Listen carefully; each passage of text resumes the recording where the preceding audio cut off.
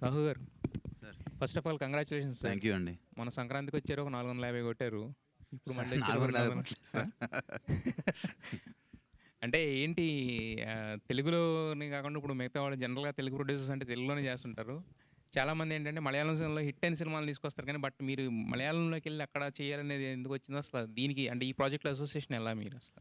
అంటే ఇది యాక్చువల్గా మలయాళంలో ఇది మన సెకండ్ మూవీ అండి. ఫస్ట్ మూవీ ఒకటి చేసాము, అంశారంజన్ అని ఛాంపియన్ మూవీలో హీరోయిన్తో ఒక మూవీ చేసాము. అది కూడా చాలా బాగా ఆడింది అక్కడ.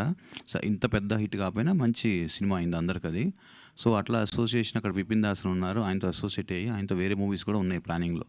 సో ఆయనతో అసోసియేట్ అయ్యి అన్ని కలిపి చేద్దాం అనే దాంట్లో ఆ జర్నీ అలా స్టార్ట్ అయిందండి. సో వాలా 1 వాళ్ళు ఆల్రెడీ 24లో చేశారు, పెద్ద హిట్ అయింది అక్కడ.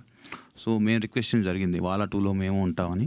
సో వాళ్ళ ఫ్రెండ్స్ నలుగురు పార్ట్నర్స్గా చేశారు 1, 2లో మనం జాయిన్ అయ్యామన్నమాట. అది అయితే రిలీజ్కి ముందే రామ్ చరణ్ గారిని కలిశారు సెట్లో. ఏంటి అంటే ఆయనకి ఈ సినిమాతో ఏంటి మీరు కలవడానికి రీజన్ ఏంటి, ఏం మాట్లాడారు, ఆయన ఏం మాట్లాడారు? లేదండి, రామ్ చరణ్ గారిని మేమే అడుగుతాం జరిగింది. ఇట్లా టీం అందరూ వచ్చారండి, ఒకసారి వచ్చి మేము కలుస్తాం, మీ సపోర్ట్ కావాలంటే. ఆయన అసలు అంటే వాళ్ళందరినీ చాలా టైం స్పెండ్ చేసి వాళ్ళతో కూర్చుని అన్నీ తెలుసుకుని మాకు చాలా సపోర్ట్ చేశారు. ఆయన సపోర్ట్తోనే ముందు అసలు మూవీ ఒకటి వస్తుంది అనేది బయటకు కూడా మనకు తెలిసింది. ఎందుకంటే మాకు కొంచెం సెన్సార్ అవుతుందా లేదా అనే దాంట్లో ఉన్నాం అనమాట. సో మాకు ట్యూస్డేనే తెలిసింది సెన్సార్ సర్టిఫికేట్